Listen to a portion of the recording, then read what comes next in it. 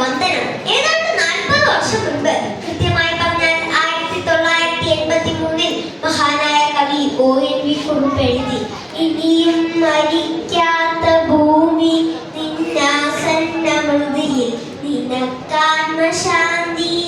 ഇതു നിന്റെ എന്റെയും ചരമശുശ്രൂഷയ്ക്ക് ഹൃദയത്തിലിന്നേ കുറിച്ച ഗീതം.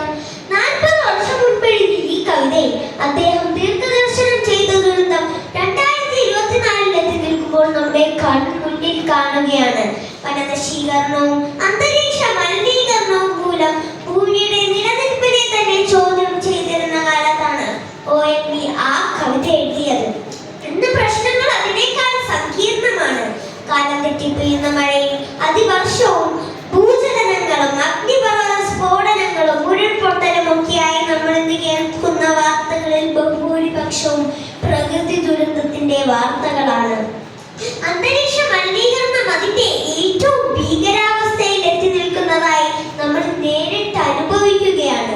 കടൽനിരപ്പ് ക്രമേണ വർദ്ധിച്ചു വരുന്നതിനാൽ കേരളത്തിലെ പല താഴ്ന്ന സ്ഥലങ്ങളും വെള്ളത്തിനടിയിലാകുമെന്നും ചില രാജ്യങ്ങൾ തന്നെ ഇല്ലാതാകുമെന്നും ശാസ്ത്രലോകം ഭയപ്പെടുകയാണ്.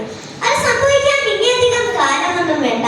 കാലം തെറ്റി പെയ്യുന്ന മഴയും അതിമഴയും ഒക്കെയായി ഉണ്ടാകുന്ന വെള്ളപ്പൊക്കങ്ങൾ മൂലം എല്ലാ വർഷവും നൂറുകണക്കിന് മനുഷ്യരുടെ ജീവിതവുമാണ് പിഴുതെറിയപ്പെടുന്നത്.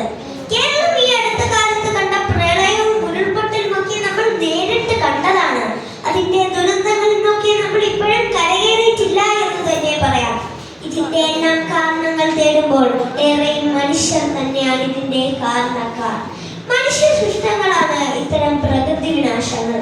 നാളെ ഭൂമിയുടെ തന്നെ സമ്പൂർണ്ണ നാശത്തിന് ഇത് വഴിതെളിക്കുമെന്ന് ഞാനും ഒരു സംശയവുമില്ല. ഇത് പരിഹരിക്കാൻ എന്തുണ്ട് വഴി എന്ന് ആലോചിക്കുമ്പോൾ ഗാന്ധിയൻ പരിസ്ഥിതി ദർശനമാണ് ഏറ്റവും ഉചിതം എന്ന് മനസ്സിലാകും. എല്ലാ മനുഷ്യരുടെയും അത്യാവശ്യത്തിന് വേണ്ടത് ഈ ഭൂമിയിൽ തന്നെയുണ്ട്. പക്ഷേ ഒരു മനുഷ്യന്റെ അത്യാർത്ഥിക്ക് വേണ്ടത് ഈ ഭൂമിയിൽ ഒട്ടും തന്നെ ഇല്ലതാനും എന്നാണ് ഗാന്ധിജി പറഞ്ഞത്.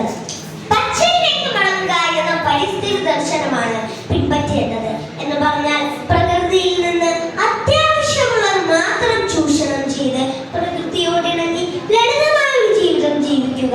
അത് നമുക്കും വരാനിരിക്കുന്ന തലമുറയ്ക്കും ഈ ഭൂമിയെ കരുതിവെപ്പായി നമ്മൾ കാത്തുവെക്കുന്നതായി മനസ്സിലാക്കി ജീവിക്കുകയാണെങ്കിൽ ഒരു പരിധിവരെ ഇത്തരം പ്രകൃതി വിനാശങ്ങളെ നമുക്ക് പരിഹരിക്കാനാകും എന്ന് ഓർമ്മ